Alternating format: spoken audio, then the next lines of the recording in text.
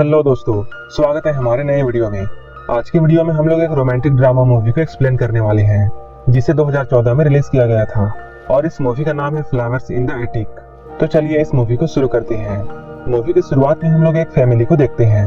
ये सारे लोग बहुत खुश हैं। इस परिवार की लड़की का नाम कॉरिन है और उसके पति का नाम क्रिस्टोफर है। इनके 4 बच्चे हैं। इनमें से बड़े बेटे का नाम क्रिस है और बेटी का नाम कैथी है। इन लोगों से 2 छोटे ट्विंस और हैं। जब क्रिस्टोफर अपने बच्चों के साथ खेल रहा होता है, उस वक्त कैथी को ये पता चलता है कि उसके फादर का प्रमोशन हुआ है। ये बात जानकर कैथी खुश नहीं होती है, क्योंकि उसके फादर अब और भी बिजी हो जाएंगे। इसलिए वो अपने रूम में आकर रोने लगती है, क्योंकि वो अपनी डैड के साथ टाइम स्पेंड करना चाहती थी। लेकिन अपने प्रमोशन के बाद उसके डैड और भी बिजी हो जाएंगे, जिसके बाद उन्हें कैथी के साथ खेलने का टाइम नहीं मिलेगा। क्रिस्टोफर कैथी को समझाता है, उसे कई सालों के बाद प्रमोशन मिली है और उसकी सैलरी भी काफी बढ़ गई है, इसलिए वो इस मौके को छोड़ना नहीं चाहता है। इसके बाद वो कैथी को एक रिंग देता है, जो कि काफी महंगी होती है, और वो कैथी से ये कहता है, तुम्हें मेरे जाने के बाद इस फैमिली को संभालना है। कैथी क्रिस्टोफर की बातों को सुनने के बाद हामी भरती है। अगले दिन इनके घर में ट्विंस का जन्मदिन होता है। इनके घर में एक पार्टी होती है, लेकिन इस पार्टी के बारे में क्रिस्टोफर को पता नहीं था, क्योंकि ये लोग उसे सरप्राइज देना चाहते थे। तभी कार की आवाज आती है और सारे लोग क्रिस्टोफर को सरप्राइज देने के लिए उस रूम में छुप जाते हैं। लेकिन ये लोग देखते हैं वहाँ क्रिस्टोफर नहीं है और वहाँ एक पुलिस ऑफिसर आया है। वो पुलिस ऑफिसर यहाँ आकर इन लोगों से कहता है, क्रिस्टोफर की कार एक्सीडेंट में मौत हो गई है। जब ये बात सारे फैमिली को पता चलती है, तब सारे लोग सदमे में आ जाते हैं। क्रिस्टोफर के मरने के बाद इस घर में कमाने वाला कोई नहीं होता है। कॉरिन उतनी पढ़ी लिखी नहीं होती है, इसलिए वो अच्छी जॉब नहीं कर सकती थी। वहीं हम लोग कॉरिन को देखते हैं, जो कि किसी को लेटर लिख रही होती है। कैथी जब ये सब देखती है तो उसे ये सब काफी अजीब लगता है। कॉरिन काफी सारे लेटर्स भेजती है। तभी एक दिन उसे अपने लेटर का जवाब आता है। वो उस लेटर को पढ़कर बहुत खुश होती है और वो सारे बच्चों को अपने नाना और नानी के बारे में बताती है। और वो अपने बच्चों से ये कहती है, हम लोग अब उन्हीं के घर में रहने वाले हैं, क्योंकि तुम्हारे नाना बहुत अमीर हैं। ये सुनकर सारे बच्चे बहुत हैरान होते हैं, क्योंकि आज तक कॉरिन ने उन्हें नाना और नानी के बारे में कुछ भी नहीं बताया था। वो इन लोगों को समझाती है, हमारे पास पैसों की कमी है, इसलिए हमें उनके पास जाना चाहिए। कैथी वहाँ जाना नहीं चाहती थी, लेकिन वो क्रिस के कहने पर साथ चलने के लिए तैयार हो जाती है।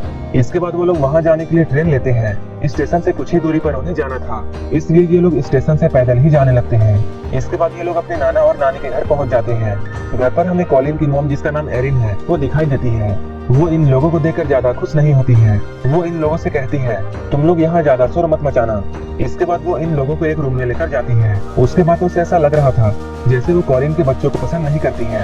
उनकी बातों को सुनकर बच्चों को ये पता चलता है, उनकी मॉम ने उनके नाना को यहाँ आने के बारे में कुछ भी नहीं बताया है। कॉरिन इन लोगों से कहती है, सालों पहले मैंने एक गलती की थी, जिसकी वजह से मेरे फादर ने मुझे जायदाद से निकाल दिया था। लेकिन अब हमारी हालत ठीक नहीं है, इसलिए हमें उनका भरोसा जीतना होगा और अब मैं उन्हें तुम सबके बारे में बताऊंगी। तभी एलन को कैथी के हाथों में एक रिंग दिखती है, जिसे उसके फादर क्रिस्टोफर ने उसे दिया था। लेकिन एलन उस रिंग को कैथी से छीन लेती है, क्योंकि एलन क्रिस्टोफर को पसंद नहीं करती थी। इसके अगले दिन हम लोग एलन को देखते हैं, जो कि सारे बच्चों के लिए खाना लेकर आती है और वो इन लोगों को यहाँ शोर करने से मना करती है, ताकि घर में काम करने वाले नौकरों को इनके बारे में पता ना चले। इनके भाई बहन बहुत छोटे थे, इसलिए एलन उन्हें एटिक में खेलने के लिए कहती है। लेकिन जब ये लोग खेलने के लिए एटिक में जाते हैं, तब ये जगह इन लोगों को जरा भी पसंद नहीं आती है। अगले दिन ये लोग एक दूसरे के साथ खेलने लगते हैं, जिससे काफी ज्यादा शोर होती है। तभी वहाँ पर एलिन गुस्से में आती है और अब वो इन्हें सजा देना चाहती थी, लेकिन इन बच्चों के बजाय वो कॉरिन को सजा देती है और वो कॉरिन को बहुत मारती है। और वो इन लोगों को कॉरिन के चोट के निशान दिखाती है, ताकि बच्चे आगे से ऐसी गलती ना करें। अगले दिन जब कॉरिन बच्चों के पास आती है, तब कैथी उससे पूछती है, एलिन हमारे डैड से इतनी नफरत क्यों करती है। कॉरिन उन्हें बताती है, एक दिन उसके डैड एक लड़के को घर लेकर आते हैं, क्योंकि उस बच्चे के पेरेंट्स मर चुके थे और डैड उसका देखभाल करना चाहते थे। और वो लड़का कोई और नहीं बल्कि क्रिस्टोफर था। जब मैं छोटी थी, तब मैं तुम्हारे डैड के साथ टाइम स्पेंड करती थी। ये देखकर उसकी मॉम बहुत गुस्सा होती थी। धीरे धीरे कॉरिन को क्रिस्टोफर से प्यार हो जाता है, लेकिन वो लोग जानते थे उनके घर वाले इस रिश्ते को नहीं समझेंगे, इसलिए इन लोगों ने भागकर शादी कर ली। और इसी वजह से कॉरिन के माँ बाप क्रिस्टोफर को जरा भी पसंद नहीं करते हैं। ये सुनकर बच्चे बहुत हैरान होते हैं, लेकिन क्रिस अपने मॉम का सपोर्ट करता है और वो अपनी मॉम से बोलता है, आप सब कुछ एक दिन ठीक कर दोगी। अगले सीन में हम लोग कैथी को देखते हैं, जो कि एक कैलेंडर बना रही होती है। अब इन लोगों को यहाँ एक हफ्ता हो चुका था और कॉरिन एक हफ्ते से इन लोगों से मिलने नहीं आई है। ऐसे ही समय बीतता जाता है और कॉरिन को गए हुए 1 महीने गुजर जाते हैं। 1 महीने के बाद कॉरिन अपने बच्चों से मिलने के लिए आती है। इतने दिनों के बाद जब कैथी अपनी मॉम को देखती है, तब वो उनसे पूछती है, तुम नाना को हमारे बारे में कब बताने वाली हो। कैथी बार बार कॉरिन से ये पूछती है। तब कॉरिन परेशान होकर उससे ये बोलती है, मैं तुम लोगों के बारे में डैड को कभी भी नहीं बताने वाली हूँ, क्योंकि अगर डैड को ये बात पता चल जाती है कि मेरे कई बच्चे हैं तब वो मुझे घर से निकाल देंगे। जब कैथी और क्रिस ये सुनते हैं तब वो लोग बहुत शॉक होते हैं। इसके बाद कॉरिन यहाँ से चली जाती है। इन लोगों को यहाँ कई महीने बीत जाते हैं। धीरे धीरे क्रिसमस का वक्त आ जाता है। इसके बाद कैथी क्रिस से ये कहती है, अगर हम एलिन को एक ब्यूटीफुल क्रिसमस कार्ड बनाकर देते हैं तब वो शायद हमें यहाँ से आजाद कर देगी। इसके बाद ये सारे लोग मिलकर एक अच्छा सा क्रिसमस कार्ड बनाने लगते हैं, लेकिन उस कार्ड को देखकर एलिन कोई भी रिएक्शन नहीं देती है और उस कार्ड को इग्नोर करके यहाँ से चली जाती है। ये सब देखकर बच्चों को बहुत बुरा लगता है। कुछ वक्त बाद कॉरिन फिर से इन लोगों से मिलने के लिए यहाँ आती है। वो यहाँ बच्चों के लिए बहुत सारे गिफ्ट लेकर आई थी। तभी वो क्रिस और कैथी को ये बताती है कि उसके पेरेंट्स आज क्रिसमस की पार्टी दे रहे हैं। कैथी यहाँ पार्टी में जाने के लिए जिद करने लगती है, लेकिन कॉरिन उसे मना करती है। लेकिन कैथी बार बार वहाँ जाने की जिद करती है। आखिरकार कॉरिन को उसकी बात माननी पड़ती है और उसे भी ऐसा लगता है जैसे बच्चे काफी समय से बाहर नहीं गए हैं। इसके बाद रात में कॉरिन उन दोनों को एक टेबल में छुपा देती है ताकि ये दोनों रात की पार्टी एंजॉय कर सकें। तभी पार्टी में कॉरिन के डैड आते हैं। उनकी उम्र काफी ज्यादा हो चुकी थी। इधर कैथी और क्रिस पार्टी के बाद जब अपने रूम में जा रहे होते हैं तभी वो कॉरिन को किसी आदमी के साथ देखते हैं। कॉरिन और वो आदमी एक दूसरे के काफी करीब थे। देखने में ऐसा लग रहा था जैसे कॉरिन उस आदमी से प्यार करती है। इसके बाद कैथी रूम में आती है, लेकिन क्रिस इस घर में इधर उधर घूमने लगता है। थोड़ी ही देर में कॉरिन को ये बात पता चल जाती है कि क्रिस यहाँ नहीं है और क्रिस कहीं बाहर घूम रहा है। ये जानकर कॉरिन बहुत गुस्सा होती है। गुस्से में वो क्रिस को एक चांटा मारती है। वहीं अगले दिन जब क्रिस एक एडल्ट बुक पढ़ रहा होता है तभी कैथी वहाँ आती है और उसे ये बुक पढ़ते हुए देख लेती है। ये बात वो अपनी मॉम कॉरिन को बता देती है।